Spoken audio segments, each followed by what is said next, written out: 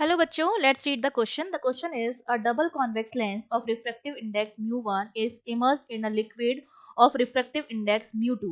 The lens will act as a transparent plane sheet when. तो lens जो है कब एक ट्रांसपेरेंट प्लेन शीट की तरह बिहेव करेगा।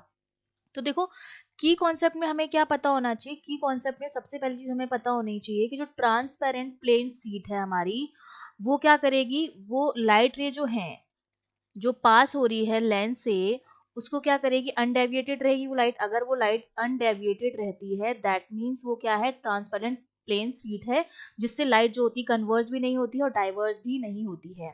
तो हम जानते हैं कि अगर लाइट रे जो है वो लिक्विड मीडियम को से भी ट्रेवल कर रही हैं और डबल कॉन्वेक्स लेंस से भी ट्रेवल कर रही हैं, तो अगर मेरा म्यू टू जो मीडियम का रिफ्रैक्टिव इंडेक्स है वो ज्यादा है लेंस के रिफ्रैक्टिव इंडेक्स से, तो वो हमारा क्या होगा, डाइवर्जिंग लेंस की तरह बिहेव करता है।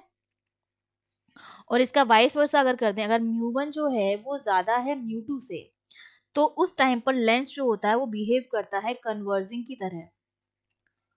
ठीक है, और हमें उसको बिहेव करवाना है एक ट्रांसपेरेंट प्लेन शीट की तरह, जहां पर वो क्या हो, अनडेविएटेड हो। अनडेविएटेड कब होगा, जब मीडियम का और लेंस का जो रिफ्रैक्टिव इंडेक्स होगा वो बराबर होगा।